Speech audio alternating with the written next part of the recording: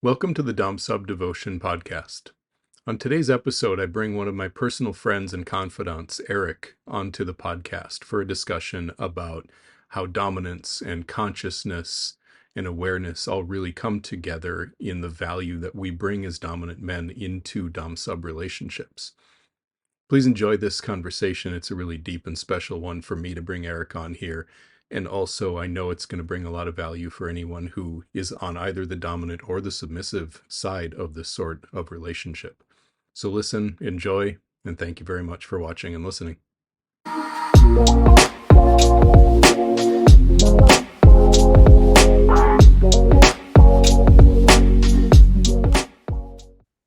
Good morning, Eric. Welcome to the Dom Sub Devotion podcast. It's good to be here. Thank you, Andrew. Thanks for having me. So I want to start out just to introduce you to our listeners a little bit. Eric is a personal friend of mine, and we, for quite a while now, we talk every week, and we've been talking on Thursday mornings, just kind of to have someone else. Eric's in a similar relationship to what Don and I are, in a way that he can explain more about how he wants to, but he and I have kind of become confidants, and he's somebody I've gone to lean on, because when you're trying to lead a life and a relationship in the way that we do, it is helpful to have somebody else who gets it, who kind of understands and lives a similar way. And originally, when I went to Eric, it was because for me, when I'm leading in a dominant role in our relationship in the way that I am, I need some sort of accountability to myself, not to follow through on the things I say I'm going to do. That generally is pretty easy for me, but it's more about am I doing this in integrity to who I say that I am? Someone else who can hold me accountable or call me out if I'm not being true to who I am, who I say that I want to be, and exerting this kind of authority in my relationship with love and with care. And so originally we started having these conversations because I wanted someone that I could lean on who would be willing and able to call me out if I need to be called out. Because I don't want Dawn to be the one who has to be in that frame, who has to be watching me and calling me out. She doesn't want to be there, but I do want to lead with integrity. So, Eric, you're someone that I've trusted, that I've gotten to know well enough that I trust. And I wanted to have you on here today to just have a conversation about, I guess, a couple different things about what it's like to be in and live in and lead in a relationship like this. So, I guess to start out, share a little bit about you, who you are, and maybe kind of how you got to where you are in life right now, and then we'll kind of let the conversation go where it goes. Sounds good. Thank you, Andrew. Thanks for having me. I think what's most helpful for our listeners to hear, I could start off by just giving some more traditional titles. I'm an artist, a teacher, a builder, astrologer, a writer, a real polymath. Got a real kind of mystical bent as well. But I think our listeners, your longtime listeners or viewers, are going to be most interested in the fact that, like you, I'm also a coach, and also like you, like you said, I'm in a relationship dynamic that's like you, a long-term monogamous DS relationship that practices a conscious masculine leadership bent, but is very much DS. And I work with my sub. And interestingly, my life partner, Rachel, she's also a coach. She's also a business owner. And her company, Arosha, she gave birth to 15 years ago to this day. And at first, I witnessed Arosha and Rachel from afar and had a crush on both her and her company. I was really drawn to her. She didn't know who I was or existed. There was a mutual friend that said, "I know the female version of you," and I looked her up, and I had mad crush. And this was like 2 years before I even reached out to her. Um, and eventually, and I'll get into that, but I became her strategic advisor, creative director, and also a coach at Arosha. And I've evolved into observing and leading and directing her in her life and her company. And this allows for the polarity both in the relationship and in the company. Um, and subsequently, I've built a annex to Arosha that I call the Elemental Arts Initiative, which is like a design studio or workshop. I come from an art background, and it's a place for me to hold my coaching, my astrology, my creativity.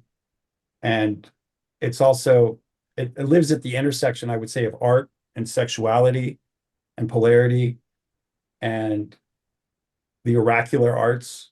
It's a container for my coaching and for my business with astrology. I've been an astrologer. And it's also a place for me to really, one of the things that I've been tapping into is that I would say the technology of this type of relationship, the technology that the vital technology that sex can be, and these kind of relationships can be, that can be really transformative. Um, and I would say that I could go backwards too and start at, I had a religious upbringing, a very, um, and also had some challenges, a kind of a trope, I would say, almost a stereotype of being very religious and then being abused and going through a lot of different challenges in my upbringing, but not people knowing about them, very private challenges. And one of them was just not being able to integrate my Dionysian way, like the more kind of ribald way. Um, but as I kind of broke off of religion, traditional religion, I had a falling out with that.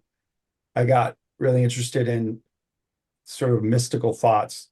It's been a through line, and also sexual thoughts that included the mystical. So things like Tantra and also I grew up in Japan. And so there was that a big, my first language was Japanese. So there's this interest in the East that's just part of who I am. And I ended up getting into Waldorf education through that and astrology. Like I said, I mentioned that. And also was an artist and went on to get my MFA in art. And my focus was power and voice. So you can see that. And this entire time, I also was studied feminism and a lot of isms and all this kind of stuff. And I was kind of the swirl of our time with this. And but this entire time I married young and my relationship crashed and burned, but I had kids. And so, but I didn't have a, I was trying to kind of juggle way so many things. And my relationship dynamics at the time were like the kitchen soup. Like I just fucking explored. And it sounds like romantic. And there were some awesome experiences, but it was also kind of hell at the same time. There was open relationship, there was DS, there was a lot of stuff.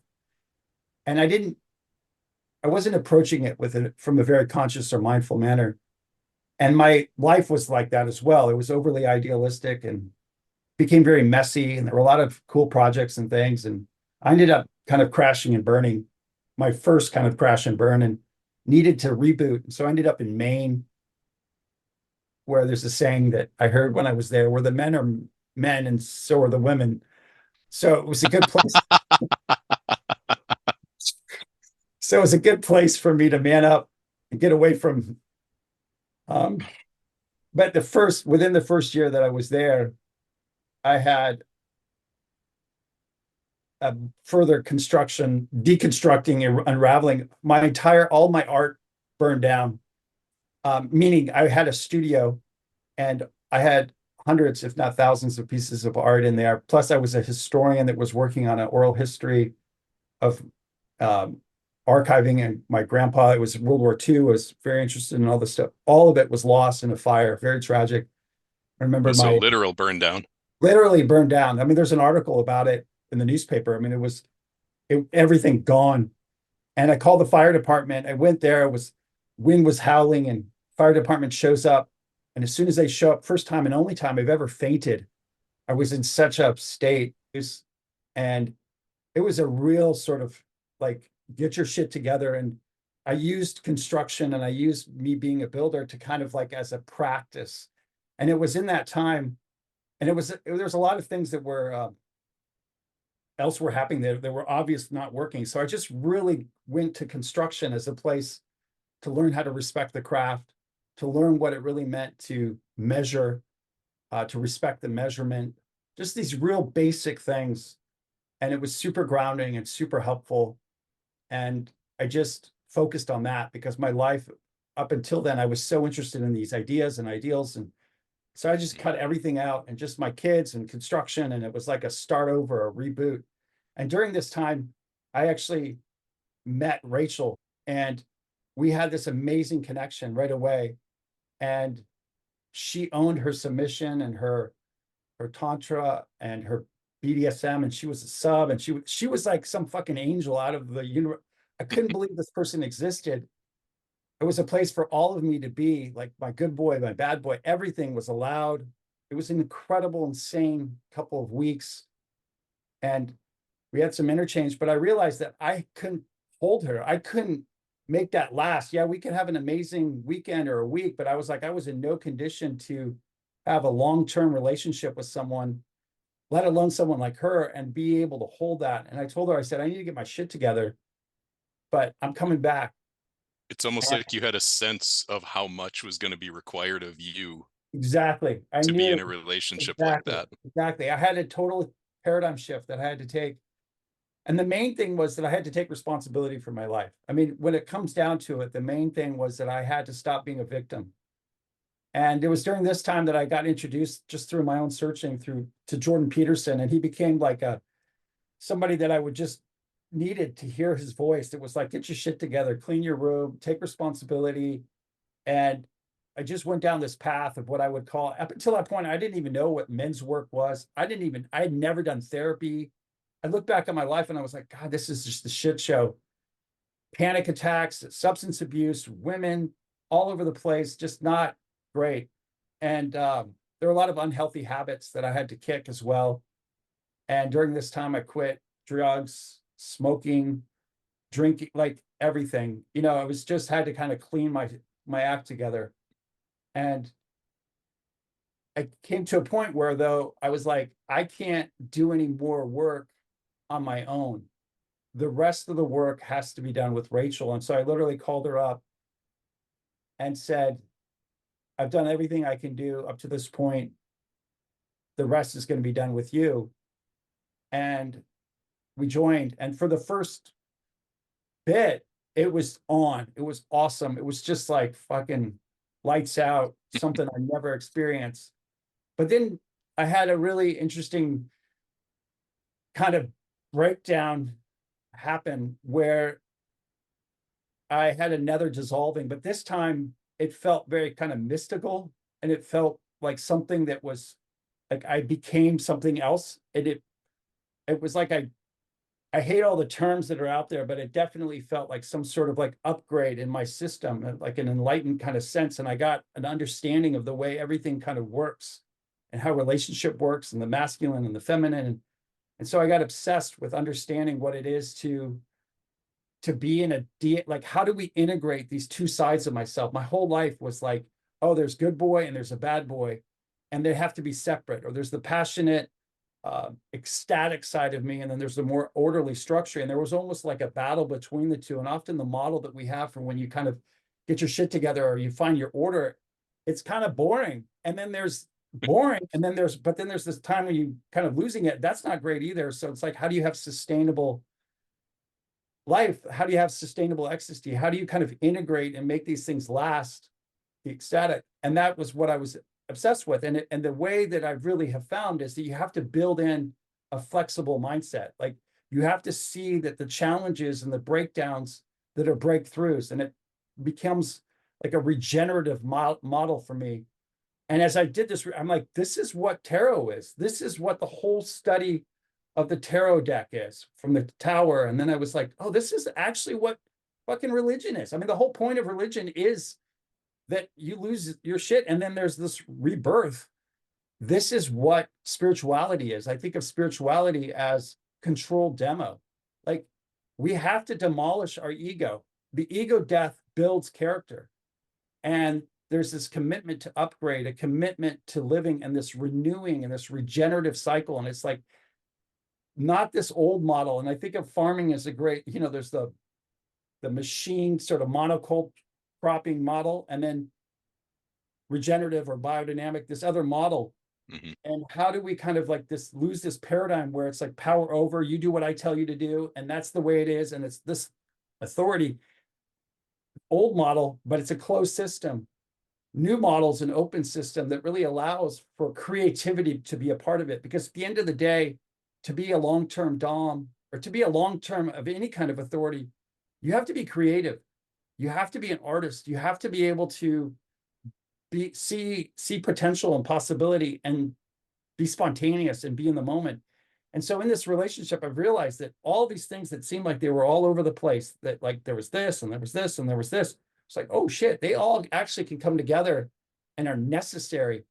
And I became obsessed with in the past how a lot of the shamans and the mystics and everything were also people that were interested in art and sexuality, and all these things actually came together. And so that's where I'm at, and this is what I do. This is at that intersection. And so I use sort of more mystical things in the background and in the foreground to apply to really concrete material things and bring that into a sexual place and into a DS kind of language and in place.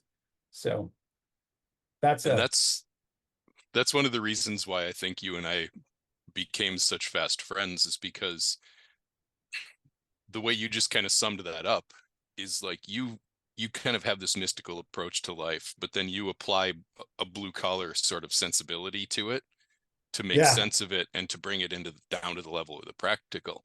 And my approach is actually kind of the opposite of that, which is I start my mind starts with the blue collar sensibility of things. Like I start with the practical, and then I continuously find the mystical, the spiritual, as when I follow these threads of practicality to their natural ends, right. I inevitably find myself back in this world of the spiritual, of the sexual, of the creative. And but these two worlds, like, they dance together. You can't just be all structure without having the connection to that, to something deeper, whether you start at the deeper and you find your way back to the practical, or you go the other way. But Yeah, you and I both have the full connection to that full line of um kind of seeing these things all the way through and not like cutting ourselves off, because to the point you made, you've got this like continual death and resurrection thing that happens to us as human beings, where we fall apart, we put ourselves back together, we rise from the ashes, and whether that's Christ or the Phoenix or whatever, whatever you want to use, you have this continual death and rebirth that's happening. And that's, these relationships, these kind of aware relationships where you have the dominant and the submissive, the leader and the follower, and you have both the emotional and the physical and the sexual all at play. It's kind of like this just fertile ground to continue to kill you over and over again, to for give you sure. something to rise from. For sure. And what I've found too is that the container, like a prerequisite of this that seems obvious that must be said, is a container of love. Like Yep. there's a commitment. It is one person here that's committed. She's committed to being in her space and in her feminine essence and her submissiveness. And I'm committed to be in this space. And that commitment allows us to have these death and rebirths. And as I progress and kind of like it becomes almost like, I don't want to say like a game, but I get off on the things that are challenging and how quickly can I hold them? How quickly can I get that trigger, trust that that's going to be something that's going to teach me something, that I'm going to learn from it? Can I just feel that, hold that, and then lead something out of it and not get caught up in a defensive mindset or a victim mindset? It's it's all the things that I was taking many years to learn compressed into like a single moment of like incision. And that's what it becomes really you it's like a drug. Like you get off on it's not just the sex, it's the moments that are of life that become this titillating moment. And then the sex becomes a byproduct of because you've handled those moments throughout the day really well. The sex just becomes like, and that what happens during that period of time can also be another death rebirth opportunity. And so, So one of the things that happens for Dawn and I want to kind of share our experience of this, and I'm curious to hear you reflect yours. You talked about this concept of like being in the structure can end up boring, but then um if you're all in your aliveness and all in your energy, then there's no like right, there's no solid container. There's no one holding it together unless it's her, and then you've got everything kind of backwards. But for us, what I've found is I've had to almost let go of my own attempts to be the source of the energy of the Eros of um the spark so of what exists in this relationship, and go into being the full expression of the container, to be this all of the structure, to be the order. And rather than trying to bring my own Eros, which I've used this analogy before with Dawn, where me trying to bring the Eros into this relationship is like trying to put a double A battery into the back of the remote and run with that much power. But when I can source it through her when she's really alive, it's like a nuclear power plant that I'm hooked up to with one of those megawatt lines. yeah, And so by me saying, I'm not going to be the battery, I'm going to rely on your power plant to be the sexual aliveness, to be the like the source of that energy. She needs me to like hold this container, to be the structure in my life and in hers, to be firm, to set boundaries, to set limits, to say what is and isn't happening. And then so she can let go of being that, because it's every little bit that she's under self-control, she ends up limiting her own expression, her own aliveness. And so I'm counting on her to be that aliveness, that Eros, that sexual energy that permeates our lives in a way that's much bigger and broader than sex.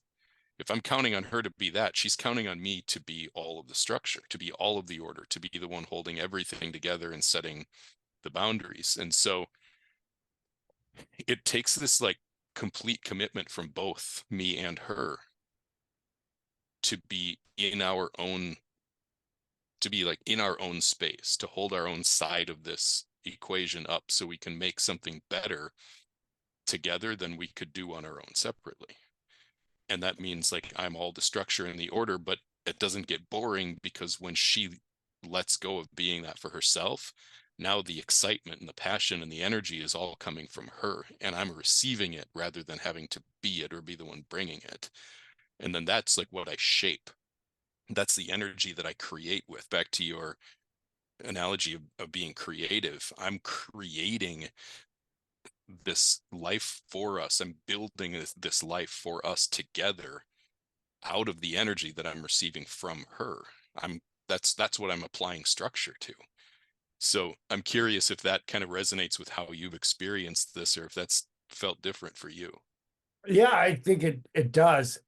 I think there's some nuances that I would like to say. One thing that comes to mind is this idea of set and setting. So I always, I think of the mindset that I'm in as part of the container, and also time becomes like part of the container, like when something starts, when something stops, being really clear about that. Previewing. Do you ever, when you go to the hospital and you're going from one thing, or I was at the hospital the other day, and you go from one place to another place, they'll tell you what's going to happen before you get there and how long that, if they're doing it well, it's kind of this previewing.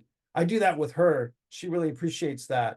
It's like, we're going to do this, and then this will be this amount of time. And then so that way she can know that this is the block of time that we're in. And then the other part of it that I bring to it is I'm committed to making things beautiful because I know how much she loves beauty. So it's Mhm. something that I try to provide. So I provide actually a space, a commitment to when we eat that it looks beautiful, that there are flowers, candles, like there are these things that I would say kind of elicit a sort of romantic place, but just to habituate that, where isn't necessarily just like a special occasion. It's like, because when I do that, then she habituates herself being in her beauty and wanting to look beautiful and be beautiful because it's kind of matches. She's like, it just becomes natural. Um, I think another part of it that when you talk about this, one of the challenges or one of the ongoing opportunities is Rachel's very much a business owner and a business person and is very ambitious and is brilliant. And her ideas, her work, everything is an incredible asset. And by no means do I want to squash that. And so, how do I support her voice, support her in being, um, having a strong voice and sharing it with the world and being there? And one of the things to do is to allow her and really kind of show her a model that there might be times in your life where you have to break down a little bit, where you have to not be putting yourself out there at the same volume and the same manner, and that we may have to restructure, and that the taking a step backward isn't giving up. It's a recalibration and a reforming and a like it's like if you're doing construction and you need to rehab your house, you got to shut down things. There's a sort of retraction to expand. And there's a bit of that now. And how to process that. That's her own ego death. That's her own masculine going through her own process of that, and how to support her in that. And the balance of her really being in her power and her voice and wanting to put it out there. And then that invariably can elicit for me my own opportunity to examine my own ego around these things, and that whole tension of that, and to maintain that polarity and the art of that, and how so much of it is in my capacity to resonate with my own sense of source. So I'm not seeking validation from her, that if she can be going through it day in and day out, and that it doesn't rock me, that I'm not going to her. Like you said, you're not only the one not providing the arrows for her, but you're also not looking to her to provide for you. There's a true, this is the part that I think a lot of people don't understand about when you kind of get to this, the masculine side. It's right for us to source. That's why we have each other. Like, I go to you and they're like, oh my God, I feel like shit. I can't, like, I think I texted you last week. I was like, I'm going through it. This sucks, blah, blah, blah, blah, blah. You wrote to me, you're like, oh, I feel like this. Like, we get to be vulnerable with each other in a Mhm. way that we can't, we can, but it's going to throw, I mean, it comes with a cost if we're vulnerable like that with our partners. And invariably we are. I mean, I am with her, but I always see the impact. And when you're in this type of relationship, you really, it's just like physics. It's like, yeah, you can do that. It's fine. You're not wrong, but it has an impact on the relationship. And one of the big things that I've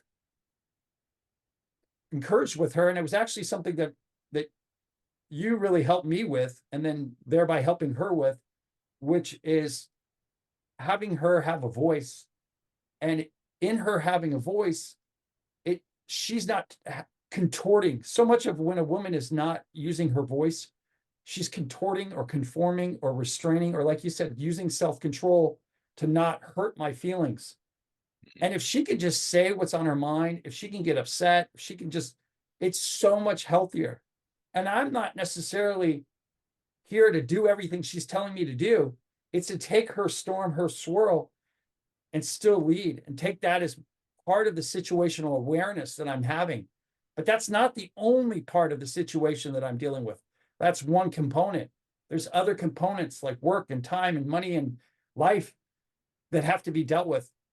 And I think where you get the polarity gets really off is if her swirl becomes the directive. And so that's where the leadership comes in, and that's where the polarity comes in. And this is what we're built for. And when we're in that space, you feel healthy, you feel alive, like you feel like you're a you're erect, you're erect. Yeah, in more ways than one. Correct. The one of the things that's evolved for us over time, you mentioned this previewing thing, and that was a like a necessary tool in my toolbox earlier on in our Dom sub dynamic. I had to be like setting this constant stage for Dawn where she could feel that what was going to come was going to be safe, Mm-hmm. because she had gone through her whole life with these walls up, kind of, she calls it survival mode, but it's being like almost in this constant activated fight or flight state Mm-hmm. where letting down her guard felt very vulnerable, because in the past when she'd let down her guard, she'd been hurt, Right. and by other people, sometimes by me in my own ways that I showed up in emotional weakness in the past. Like, there was this constant fear that she was under, and she didn't even realize she was living under it, but there she was just in a constant state of like being terrified that everything was going to go horribly wrong if she didn't have some sort of control over the direction and the outcome.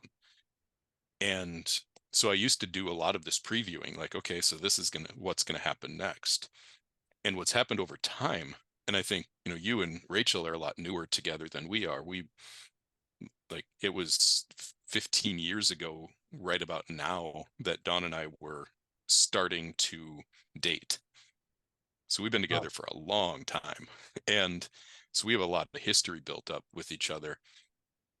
But over these last few years, as we've kind of unwound some of the old ways we interacted, and she started to lean into the truth about her, that she wants to follow, that she is submissive all the way deep down at her core, she's built this sense of trust where she no longer, not only does she no longer need me to preview everything for her, she actually doesn't want it. mm-hmm. She like now she wants to follow me and just be in the moment and not even be made aware of what is going to happen next, where before she really needed to so she could kind of protect herself. Right. And so I'll be Yeah. curious for the two of you over time how that evolves, I because think I it will think evolve that way. I mean, Rachel's incredible at holding and containing and managing her life and space, but at her health and at her detriment. I mean, it over time has been something that has taken its toll. So there is a transitionary period that I feel like we're very much in right now.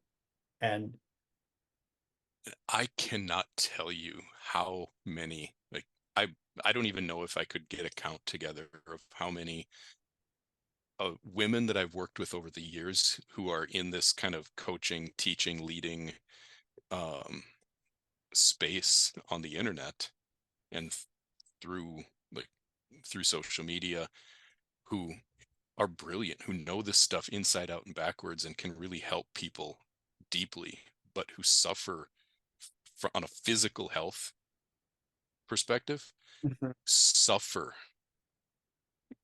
in their own physical health. And I don't think that those two things are unrelated.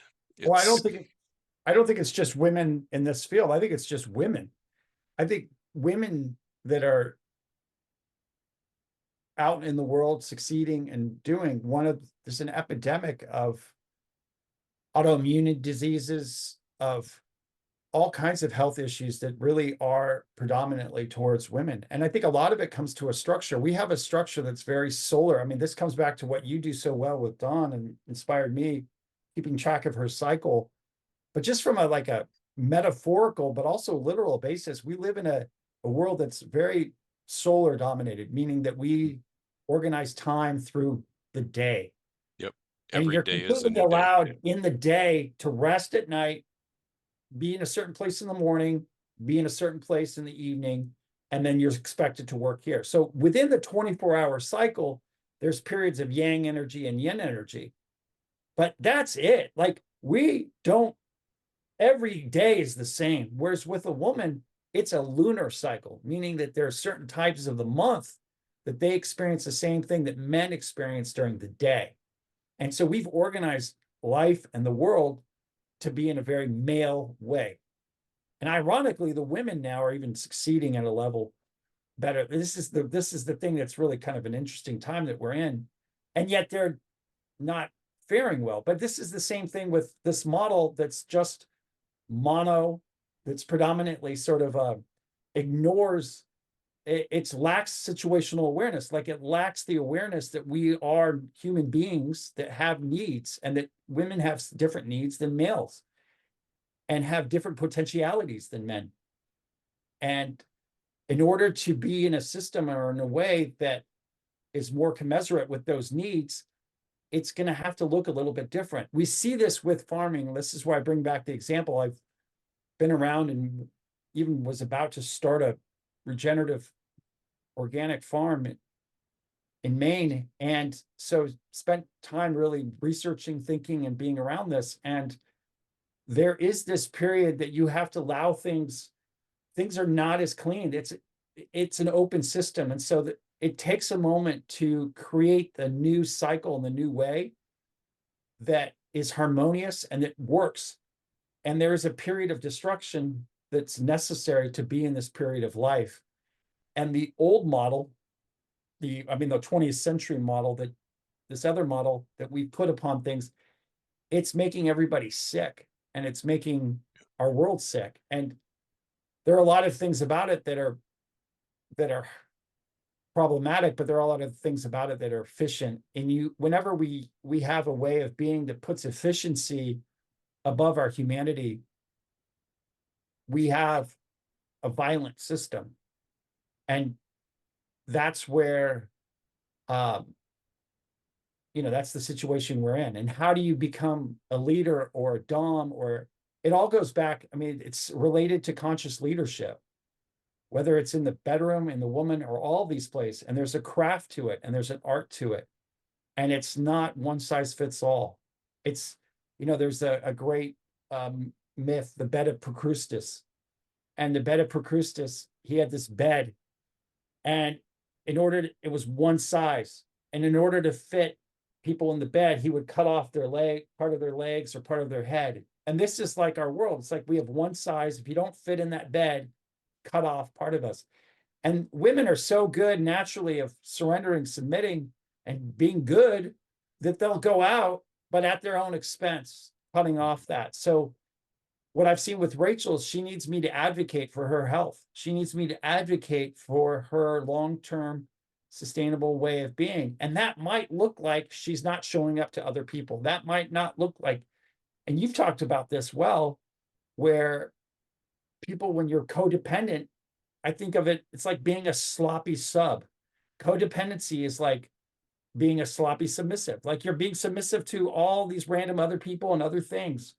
And what is it to be submissive in a more, other people you're not going to be able to be submissive to those other people anymore.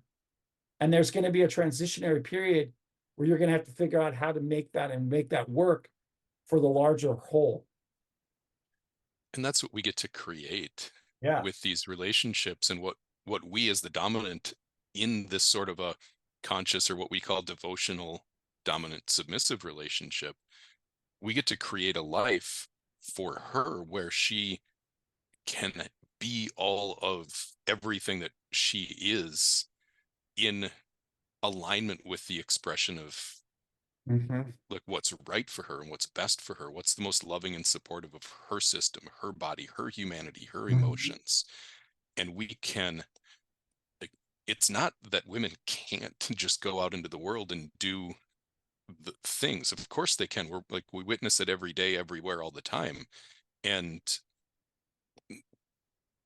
it's just that if a woman has a very feminine essence and she's trying to shut down that truth about her in order to succeed in this world over here, there's going to be a consequence. Just like gravity is the consequence that affects an egg if you drop it. Like, you can drop it, you just don't get to avoid the fact that it's going to break. Especially at home. Like if she goes out to the world and has to be a lot in her masculine and then come home and be in her masculine, she's fucked. Like if she goes out in the world and is a lot in her masculine, but has somebody at home where she can really be in her feminine, she's going to be able to navigate that. Like she's the hormones speak about it. When you study hormones and feminine hormones, you see that certain times of the month, like it really it does impact. And it's not to say that they're limited. It actually gives you this power to do these other things that we're not valuing. Right. And that's what we can do, is Right. to see that truth that she's maybe shut herself off to, or that she never learned, or that the world didn't value, and so she decided not to value. Mm-hmm. To see, like, you're trying really hard to be good on a 24-hour cycle, but let's see how great you can be and feel if we put you instead on a natural feminine cycle, on a 28-day cycle, where, I, there's a good week to 10 days where Dawn just gets to rest, where I don't right. expect much of anything out of her. That's where we're in right now. It's this phase, like somewhere around a week after ovulation through the first like 3 or so days of her period, where I just honor the fact that she has less energy, and I create life for her in a way where she just gets to relax during those 10 or so days. But that doesn't mean she doesn't have value. It doesn't mean she's worthless. It actually means that she's very connected to her emotional experience. And so it's a great time for her to feel her feelings. It's a great time to encourage her to be in her emotional, like in her emotional body. And it sets things free in her that maybe aren't visible or available to me when she's more in her, like in her more alive, alert, active times, when we're doing more things, we're out, we're kind of in that more, she's in more of her expressiveness. And she So seems, I think women too during that time, they have gifts that are they can see things and feel things that are like almost in the future. Like there's a connecting to something that's super valuable. one of the challenges I see a lot of people having is, well, I guess it kind of connects back to what you said a little bit ago about if she has to be in her masculine going outward and going out into the world, and then but she can come back home and have this, like this structure that she can kind of fall into and be and exist as a part of at home, that can be very nourishing. But another thing that we've found over time is that it seems like a lot of women who want to embrace this lifestyle of like honoring their femininity and submission to a trusted partner who loves them and is willing, can see them and see what they need and guide them forward. Like there's this desire to have that without any willingness to let go of the other parts of their life that they're attached to or that they've identified with. And it's kind of like the old want to have your cake and eat it too. At a certain point, you can't have both if you want it to, like if you want to make it true and real all the way. Just like as a man, we can't be in the victim mode and in the making other people responsible for our life and our experience, and also be able to show up with strength and dominance in our relationship. Like there comes a certain point where something has to actually give, and it's one of the challenges that a lot of women face, is that eventually you do have to choose, because otherwise you're But just going back and forth between this expression and that and this and that tends to wear people out even more than living in an inverted polarity where she's just in her masculine all the time. I agree with you, but I want to put a caveat there that I feel there is the possibility and potentiality of a alchemizing quality. What I mean by that, there's that we could transform something that was like this into something new that's like this, that's a new form in a new way that still honors her voice, that still honors her shining, that still honors her expression, all the things that she's wanting to do. But in order to go from here to here, there is a certain dissolving or an unraveling that must take place. And here, If she's Controlled gonna do demolition, as you put it earlier, demolition, right? yes, but it also depends. This is the other thing. It depends. I'm going to say this, but it depends on her being connected with conscious masculinity. Like she can't do that on her own. She can't just be the container and the expression. She can't do that. Like she's got to be able to be held. That doesn't mean she's got to be with a man. It could be a woman. It could be a system, but it's got to be some container that allows her that she can fall into that can hold that. Mhm. If she's trying to be both container and expression at the same time, it's going to be it's taxing, The reality is we need each other. This is something that people right? just hate to admit, that men need women. Women need men. We're built that way. We're made Mm-hmm. that way. And we're so terrified of like depending on someone. People cling so hard to their independence out of fear, out of programming, out of ego, out of like all of these different things, that they're so terrified of actually counting on someone and letting their guard down. But we need each other. Like, Yeah, yeah, 100%. Dawn needs me to set that structure for her. Otherwise, guess what? She's going to set it for herself, and she'll do it. She'll do a great job at it, and she will function extremely well. She's intelligent, she's expressive, she's beautiful. Like, she has no problem surviving on her own. She was a single mother for years. She's proven that she can do it, but at what expense, at what cost? Mm-hmm. There are things that, in order for her to experience something better, she needs me for. Mm-hmm. And there are things that I need her for. I can't just, I can exist just fine without her on a physical level, right? I can get a job, I can buy a house, I can live, but I'm going to be either an emotional mess if I do that, or I'm going to get overly structured and rigid and boring, Mm-hmm. because there's something that I need as a man about a woman in my life, as that mirror, as the reflection, as the calling to be something better, Mm-hmm. to like a reason to overcome all of my whims and my weaknesses and my neediness, and like Yeah, we need each other. there's a Will and Ariel Durant. They're great writers and authors of a couple, and they wrote a whole series of history, the great history books. They're old, 50s. This is a while ago, Okay. 19. And there's this line in that. The Ariel Durant says that the feminine civilizes the masculine, that the female Yes. civilizes the masculine. Yes. And it's so true. It's so true. Like, yeah, I could go on my own and get what I want, do what I want, but it's invariably if it's not going to be in a civilized manner. It's going to be in an And it's efficient manner. It's going to be in a manner that doesn't affect, you know, that it will minimize the expression. Or if it swings to the other pendulum, I won't necessarily be in my masculine. Like, how do you be in your masculine in that kind of authority in a civilized manner? The feminine's there. It just has a way of creating that opportunity for the have and the ego death and that rebuild and that reconstituting. And it asks that of you. And it's not necessarily that you're doing it in front of her per se, but just by being with her, it with her.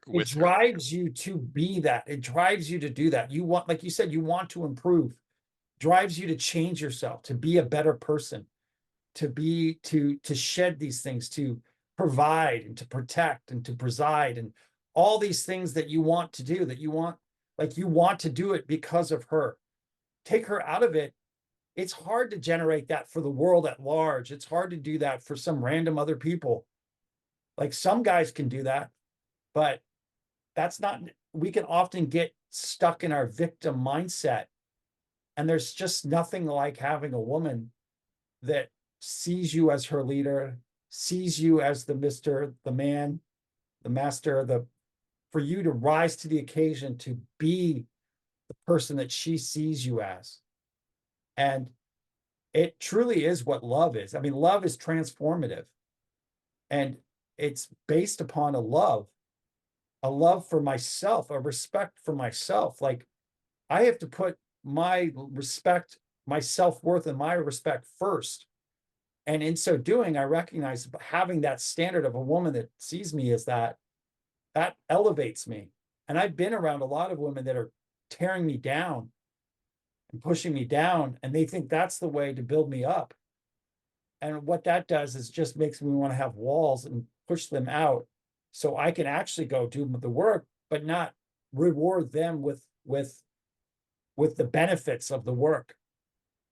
And then when those walls do come down, there's such a different feel that we have of the women around us because, you know, there's nothing that Dawn can say, do anything to me, with me, in front of me that feels like anything but love. And if Mhm. she's angry, I can see that she is like that anger is based in love. I can feel it. Yeah, yeah. But I can also tell when I'm around a woman where her emotional expression is not based in love because it's coming from her own wounding.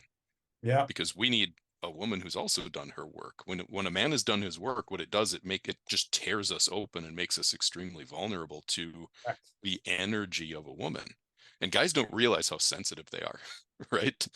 Well, that's why they act like such dicks or like have such a barriers because they're protecting the sensitive sides of themselves. Mm-hmm. But the strength becomes when you can own that and integrate that, then you can become you're not in you won't tolerate women in your life anymore that are disrespectful of you or tear you down or humans in general. Like you will Right. just not, this is not the kind of people that I want to have in my life anymore. And there's an upgrade that you have when you honor the sensitive sides of yourself. You become able to hold and be you reparent yourself. Like you become the father again, you become the big brother, you become the mentor, but you're doing that to yourself and you can hold yourself and you then don't need external validation. You don't need the woman to be a certain way. You don't need the world to be a certain way. So much I think why people get upset is because the external world does something that they don't that affects their little sensitive side. And so they want to go fix the external world so they feel better inside. And the world's going to be what it is. And it's going to go through its own machinations. And our job is to really be in a space within ourselves that can look at that with a certain degree of the big picture, seeing that there are cycles and things happen.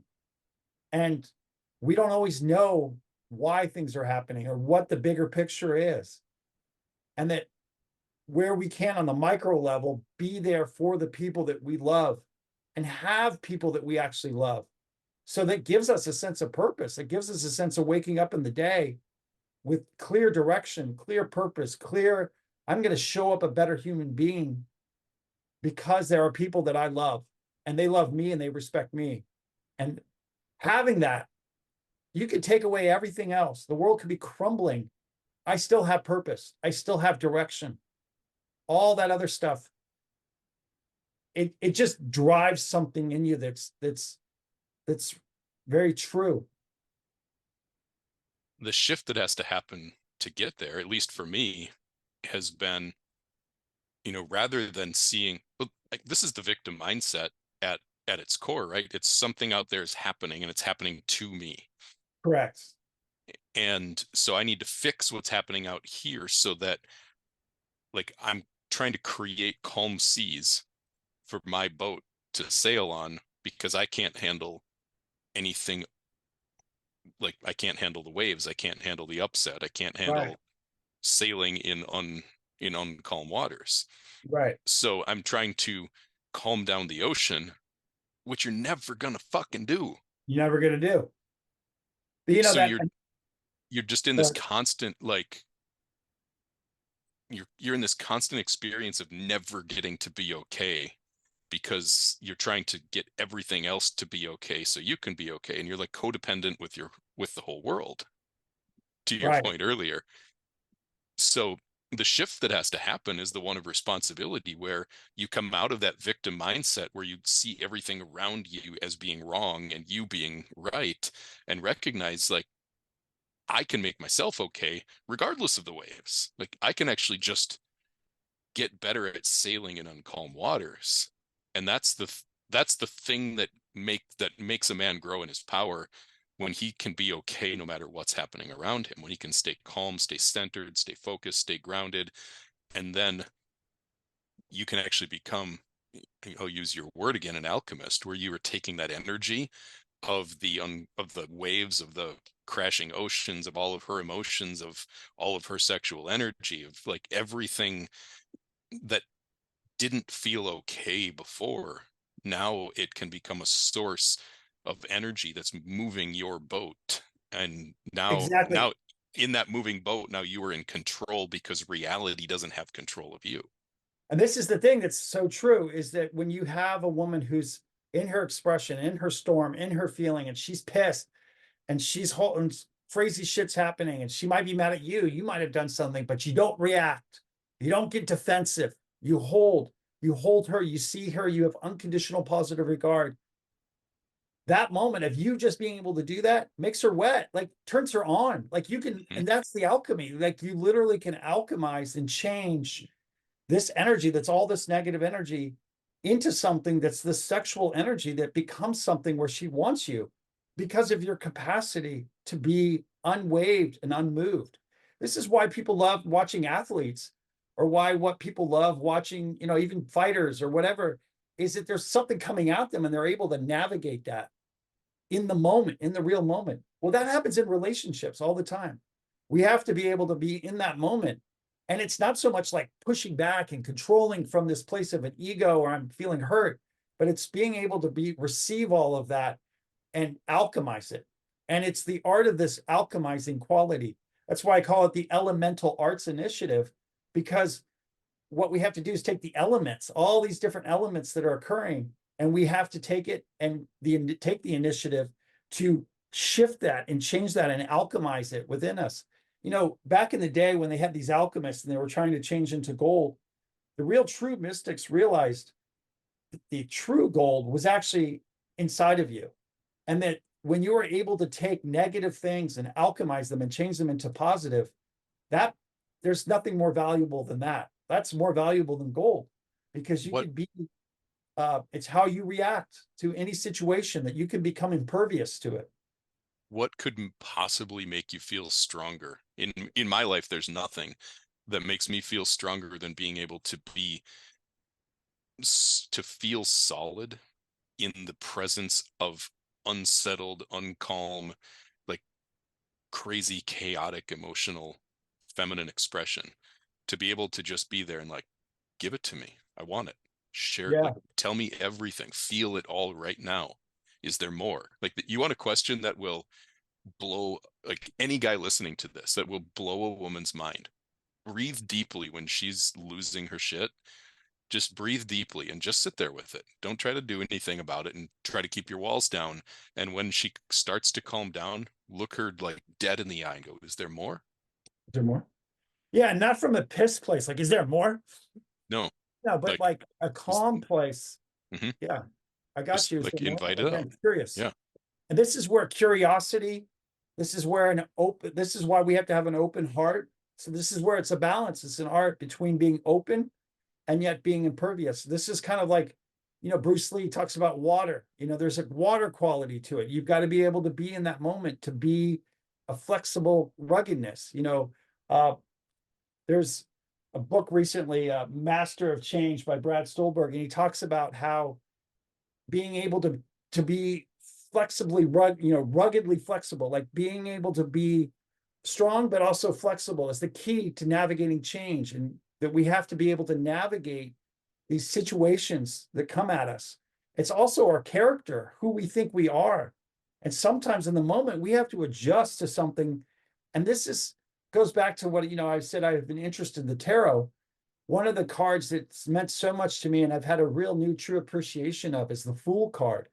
Because so often in relationship and in life, especially as we get older, we have to do things that feel foolish. When we are competing against AI or competing against these younger generations, what keeps a lot of older men from taking action or doing something is there's such a strong feeling of feeling like a complete idiot and complete fool. And we don't like that feeling. And so we'll choose to do nothing than to feel like a fool. And the story of the tarot is it begins as a fool and you end as a fool. Like when Christ says to enter the kingdom of heaven, you have to be like a child. We actually literally have to go through this journey to come back to being a fool.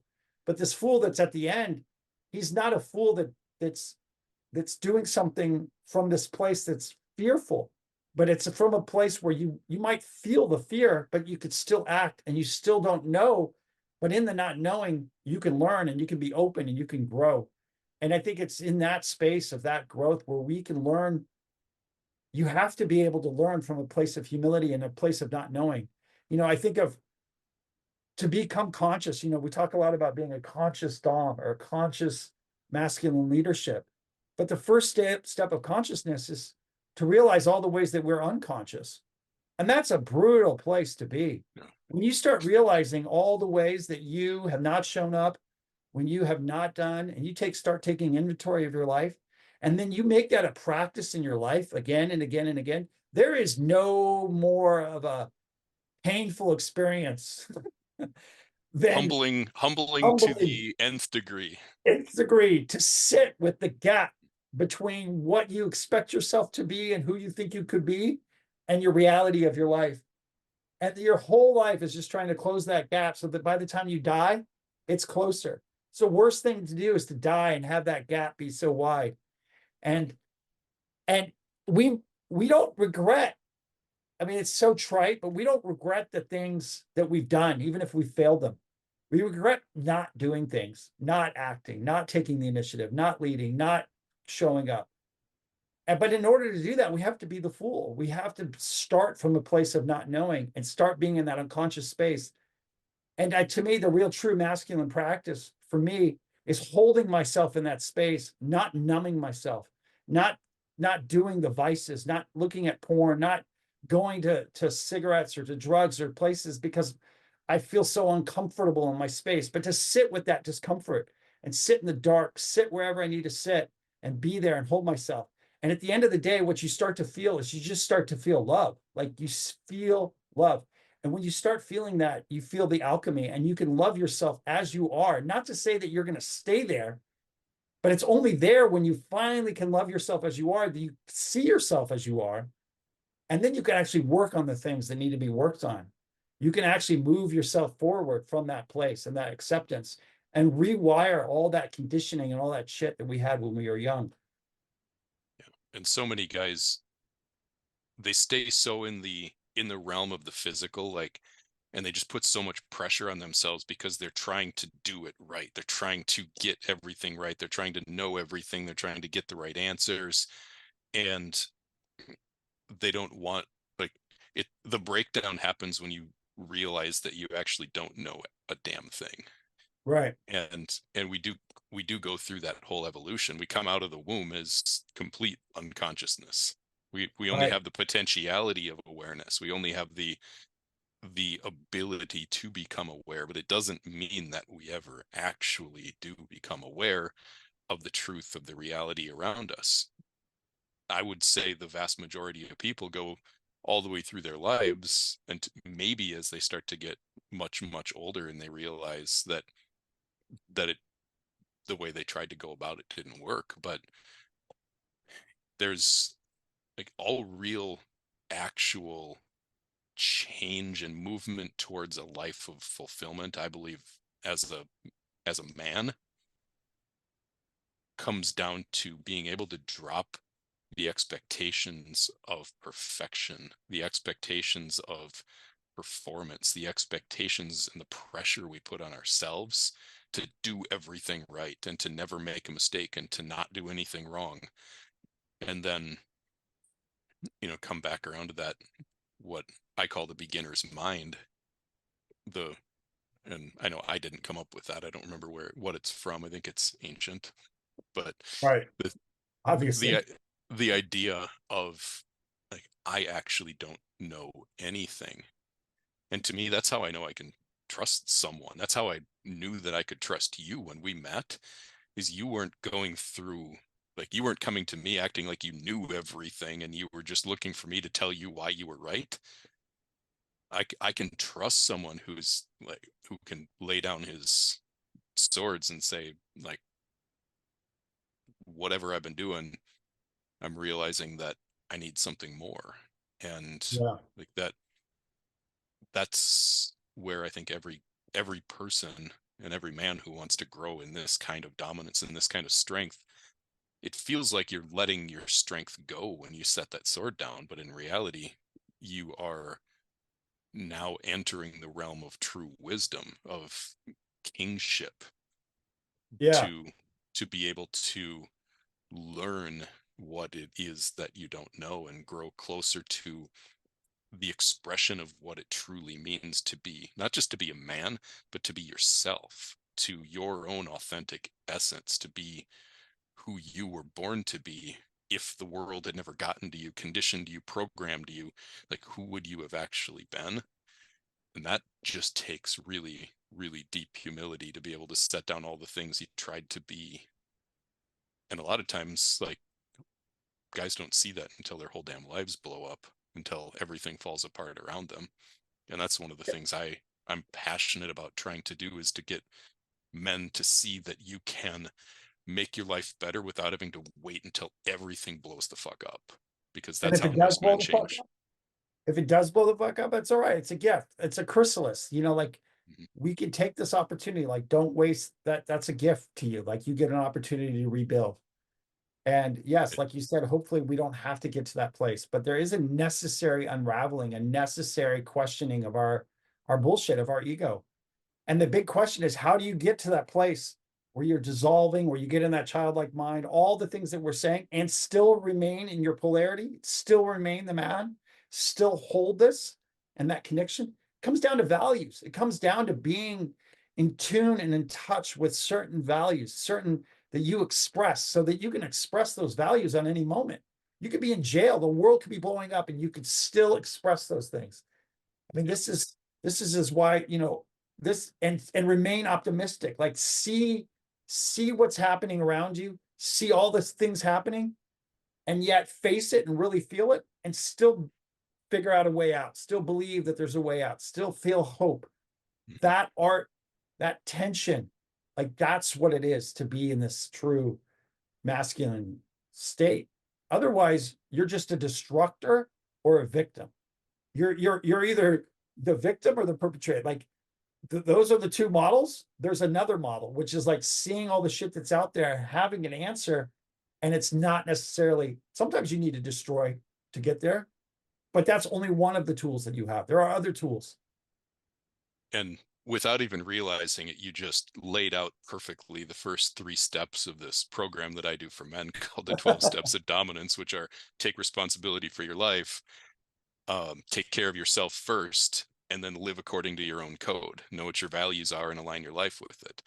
And like that's the necessary groundwork, You the could just stop foundational there, work. just teach those three things, and guys would Yeah, have a good one. everything else will come behind it. So, I've built that whole process out all the way to the end, to the 12th step of this, which comes down to living as an expression of truth. Mhm. So, yeah, I think you summed that up so well that I couldn't think of a better place to end this conversation. But I'm really grateful to have you as a part of my life, as a friend, and to be able to have you on here and introduce you to our listeners, to our followers. And I'm glad that we were able to have this conversation. I think it's going to make a big impact for men who want to experience life in a way that's better than maybe what they had. So these we've had these conversations every week now for a long time, and I come out of them every week better for it. So I'm glad that we can share them, at least share this one with a wider audience too. Thank you, Andrew. I look forward to being in the sun like you are. I feel a bit pasty compared to you.